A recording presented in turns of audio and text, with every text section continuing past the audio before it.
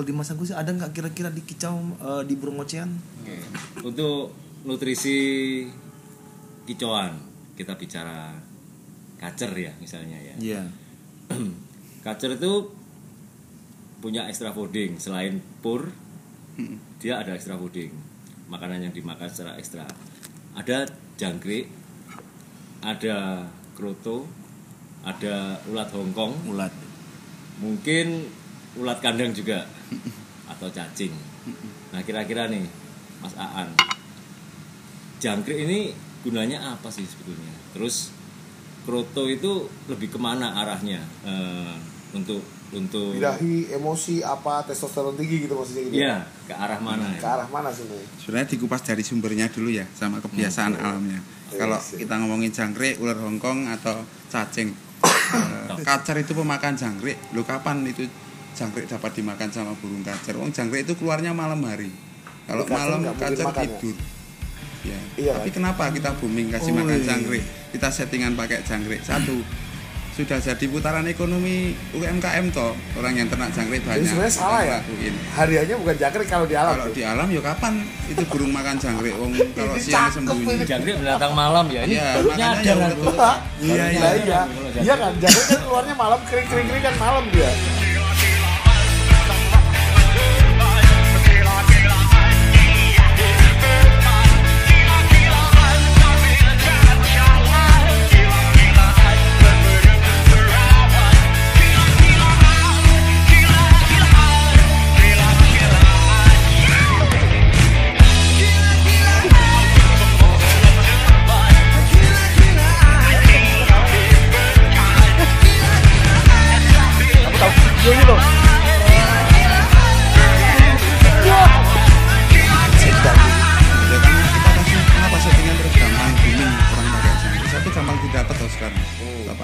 Coba di daerah orang yang susah cari jangkrik, mesti makannya cuma kroto sama pur.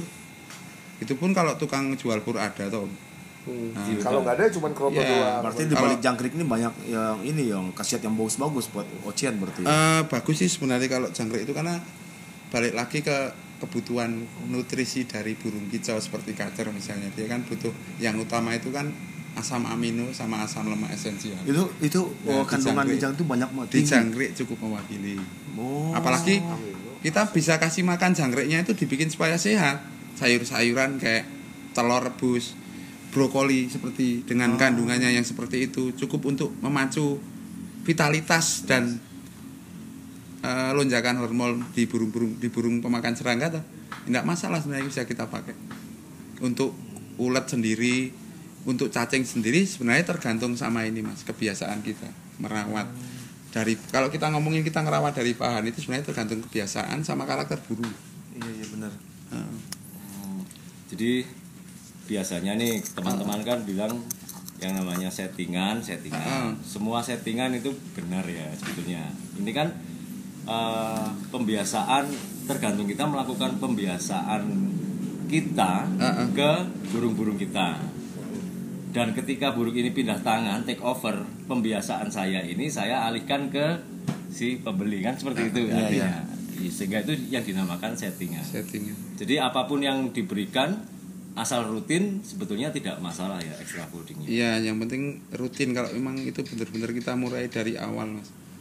Itu ya balik lagi ke pemahaman yang karakter dan sifat si burung. Tapi memang kalau jangkrik memang lebih enak pemberiannya karena jumlahnya juga sudah gelondongan. Kita nggak usah nimbang gitu kan, ketemu berapa ekor diberikan ke jangkrik. Sama mungkin kita garis bawahi bahwasanya ada pakan harian sama ekstra puding dan ekstra puding. Ekstra puding biasanya kita pakai untuk tambahan atau untuk memacu saat lomba. Tujuannya apa? Ada sesuatu yang kita bisa. Tunggu dulu. Lanjut ke episode berikutnya tentang masalah ekstra puding. Ya. Monggo. Untuk ekstra puding sendiri adalah takaran yang kita bisa masukkan atau kita kasih makan ke burung kita itu secara berlebih dari kemauan burung.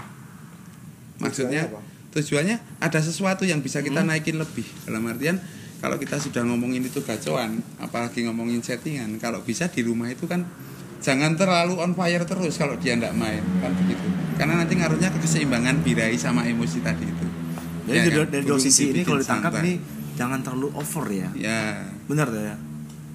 Jadi semua itu berhubungan antara hormon tadi itu mempengaruhi ya. Jangan terlalu berlebihan, jangan terlalu terlalu banyakan sih intinya gitu. Sama kebiasaan burung tuh kita biasa misalnya dalam cara ini kita pakai pakan pudingnya itu cuma pur biasa. Ekstra puding kita pakai jangkrik misalnya. Tiap harian kita kasih 4 pagi sore misalnya begitu.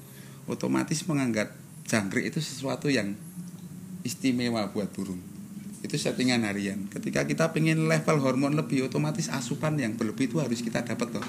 Kalau kita cuma mengandalkan pur pada dia makan lebih banyak, burung nggak mau. Dia makan cuma sekenyangnya asal dia makan. Tapi kalau jangkrik karena fungsinya tadi dalam pelatihan hariannya kita fungsikan sebagai ekstra puding. Misalnya H-1 sebelum kita mainkan atau di hari H kan kita bisa kasih lebih. Bisa dibilang ini pendongkrak atau penunjang? Pendongkrak. Ada sesuatu yang gampang. Alat kita dongkrak itu ekstra pudingnya itu. Di lover juga ada seperti itu. Sama. Ada juga pemain kacer yang harian dia nggak pakai pur, harian jangkrik. Pas mau main ekstra pudingnya yang dilebihin Hongkong misalnya, das. Itu juga nggak ada masalah ya? Nggak ada masalah, tergantung kebiasaan. Nah kalau misalnya terus katanya orang terus naikin birahi gitu. Naikin birahi itu jadi kalau saya ya kalau ngomongin birahi sama emosi, saya paling seneng burung yang top birahi tapi top emosi. Tenaga juga ada. Sama. Itu pasti durasi dapat, gaya dapat, gaya pun juga pasti dapat. Berarti jadi, apa yang sampai saya omongin, bilangin? makanya aku bilang konsep burung konslet Ya. itu birahi paling tinggi, top birahi, bukan paling tinggi sih, top birahi sama top emosi, bener ya? Tapi stamina juga dapat tuh. Tapi stamina tetap dong. Kalau stamina kan standar, kalau labet itu kan tidak pakai tenaga Dia cenderung bunyi kan, nggak kayak murai batu, dia power, dia ngotot gitu. Tapi ternyata pemahamannya bersama juga ya. Hampir sama sebenarnya kalau ditarik garis lurus toh. Tapi di pembuktian tuh nggak banyak yang jadi loh. Yang dari yang dibilang. Jadi kesimpulannya gini, kalau saya pengen lihat ya Om, ini nggak tahu nih kecewaan nih sama nggak di Om Agus ya. Kalau saya punya burung, kalau di labet itu kan orang burung emosi itu kan ngering. Iya. Berarti dia tingginya emosi segini nih. Birahinya dia mungkin standar nggak terlalu tinggi lah segini. Kalau di murai batu atau apalah nggak tahu aku. Kalau murai batu aku taunya lompat, dia cenderung. Sudah nakal. Saat dia emosi. Emosi. Nah, kan berarti kan dia emosinya tinggi, birahinya mungkin masih nganu. Kadang orang kan salah paham. Salah pahamnya apa?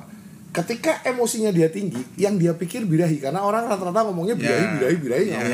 Karena orang takut birahi. Nah, dan suka emosi. Suka emosi. Iya kan? Iya, nyambung. Padahal keduanya sama pentingnya. Ketika seperti itu rata-rata orang bilangnya mandi. Padahal ketika mandi yang turun kan emosinya memang turun sedikit. Tapi birahinya itu turunnya kadang-kadang lebih banyak. Nah, yang terjadi ini tidak teratasi nih masalah ini. Tapi ketika aku punya labet ngering, kencengin sekalian. Yang terjadi malah bagus apa enggak menurut Om?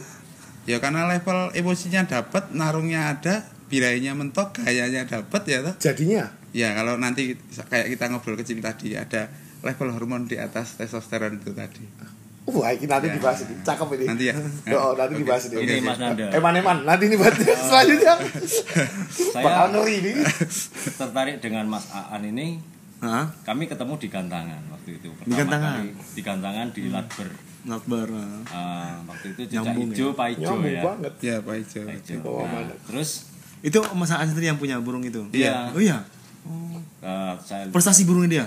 Prestasi. Makanya dia tahu jadi semuanya kan, tentang birahi emosi dia paham. Kan gini nih Mas. Iya. Orang-orang kan ini dari sisi medik. Yang perlu kita cermati bahwa Mas Aan ini juga main di lapangan. Dia bisa memadukan antara keilmuan praktisi, ilmiahnya, keilmuan praktisi, keilmuan seperti saya ini. Prakteknya. Plus secara ilmiah. Tapi di AGS Lintas Hobi udah terjabarkan itu. Udah. Tentang cucak hijau. Tentang cucak hijau. Kita kupas global, tapi detil-detilnya Belum. Tunggu konten berikutnya. Subscribe dulu. Cakep banget. Nah, aku mau tanya nih. Tadi kita bicarakan tentang emosi ya, tentang burung yang nakal. lapar, nyerang gitu ya. Ini keren, banyak orang yang butuh itu.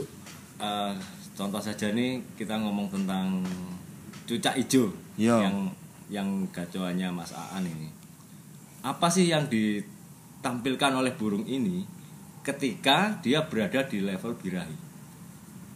Birahinya lebih tinggi dari emosinya. Kalau tadi kan secara emosi dia nabrak misalnya mau nyerang, emosi bunuh lo.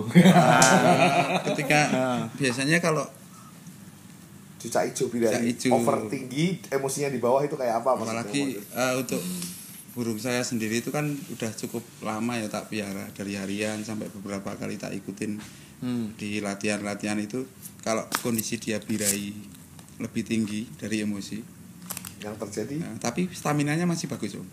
Itu di atas nampil pasti, gayanya juga dapat, tapi di kualitas lagu tidak ada tekanan Mas. Misalnya dia bawa lagu kenari, cuy, terus ada burung nimpali lagunya dia tidak ada perlawanan, cuma cuek aja. Santai. Terlalu istilahnya kayak nggak ada emosinya. Powernya nggak keluar. Powernya nggak keluar. Power bukan volume loh. Volume. Kalau di laba tuh kayak burung semi ya? Ya kalau ngeri, kayak slow, nggak terlalu ngotot gitu ya? Kayak kalau orang berkelahi adu mulut mungkin nggak kayak Om Aris. Wah, nah aku tipikalnya kan wah gitu ya. Ngotot bawaan emosinya gede. Tapi birahi kurang biasanya. Berarti itu lemes ya Om. Cenderung tampilannya lemes. Kurang agresif gitu ya. Kurang ngotot gitu ya. Etika nampil di atas itu kurang greget. Tapi gaya dapat biasanya kalau stamina dapat, birahinya dapat tapi emosinya kurang biasanya tekanan. Kayak burung semi, kadang keluar gaya. Tapi kalau di Jo tadi yang dibilang Mas Agus tadi itu harusnya bagus gak sih seperti itu gitu? Kalau nggak tahu ngembang gitu Om. Enggak sih kalau hijau ngembang enggak kalau saya cirinya seperti apa tuh? Tetap hijau harus punya menampilkan gaya masing-masing karena gaya di burung cucak hijau beda-beda. Dan di labet itu kan beda-beda Om. Itu bawaan toh. Bawaan. Nah, kita bisa munculin itu apa enggak, pertanyaan kan gitu. Memaksimalkan saja ya, enggak bisa merubah gayanya. Kalau gaya itu udah bawaan orang. Berarti gini Mas Aan, sorry. Kalau burung di level birahi, setahu saya nih birahi itu tertarik dengan lawan jenisnya sehingga timbul perlakuan dia yang agak ngeslow, cenderung merayu pasti. Seperti itu apa kira-kira seperti itu? Hampir sama, misalnya kita tidak dapat level emosi yang pas, apa misalnya sudah settingannya pas ini, emosinya sebenarnya sudah dapat, birahinya sudah ada, terus staminanya ada, ketemu betina pun itu untuk durasi 10 sampai 15 menit untuk burung-burung yang udah sering punya jam terbang pasti narung. Masih oke ya. Tapi kalau ditemuin terus misalnya setengah hari ya pasti birahinya yang tetap di atas, emosinya pasti drop. Nanti di kemudian hari birahinya yang ikut drop. Emosinya lama-lama naik pelan-pelan tapi. Jadi di 2 hari atau 3 hari kita adu, ya burung tidak ada birahi. Gini-gini doang. Okay. Itu kan tadi kan ngomongin tampilan birahi lebih tinggi daripada emosi. Sekarang aku tanya Om, kalau tadi kan lemas, power nggak keluar, gaya keluar tapi power nggak keluar, nggak ngotot kan gitu kan, nggak greget kayak gitu. Sekarang dibalik Om, burung yang emosinya lebih tapi masih terkontrol ya. Tapi birahinya sedengan lah istilahnya biar bisa nampil. Apa yang terjadi di burung itu? Di burung ocehan? Iya di burung ocehan. Betul. Garis bawahnya untuk burung ocehan, rata-rata burung ocehan yang sehat pejantan itu ketika ketemu koloni itu pasti selalu birahi otomatis naik. Tetapi koloni dalam arti digantang ya? Gantang kan ketemu koloni. Ya. Ketemu koloni kan, itu langsung birahinya pasti pelan-pelan naik. Kalau burung dengan emosi kurang, waktu kita setting di rumah harian tanpa lihat burung, emosinya udah naik ini tapi masih di bawahnya birahi, top birahi dikit. Itu kadang-kadang bisa nampil bagus. Karena apa? Naik sesaat emosinya. Iya. Ketika di bisa nampil bagus. Cuman durasinya biasanya kita enggak. Itu kita ngomongin emosi yang tinggi ya. Nah, kalau emosi tinggi malah enak Om. Pasti enak. Tapi kalau untuk ocehan itu biasanya kalau emosinya di atas birahinya dikit, itu di lapangan kita ablak dikit Mas. Karena apa? Nanti pengaruhnya di atas terlalu ngotot, etika nampilnya yang kurang. banyak motor gerak. Malah nggak bongkar, banyak gerak gitu. Bongkarnya bongkar kadang Om, bongkar, tapi etikanya yang nggak enak dilihat. Geraknya terlalu banyak. Apa yang harus dilakukan sama si pemain itu kayak biasanya kalau biasanya pemain hijau atau kacer kita ngablak aja di pinggir. Bentar. Untuk dengan dia emosinya. Iya, tanpa lihat itu sebenarnya dia pasti turun emosinya dengar suara burung banyak. Itu nanti apalagi dengar suara burung sejenisnya toh. Nah, itu birainya naik, emosinya turun dikit pasti karena dia ablak. Jadi akhirnya seimbang, ya, tampil bagus. Seimbang sama ya lebih karena pengaruh di pengerodongan juga. Rata-rata waktu di kerodong itu memang burung sebenarnya cenderung meredam ya, kita redam. Malah emosinya itu yang kita nahan emosi di situ sebenarnya.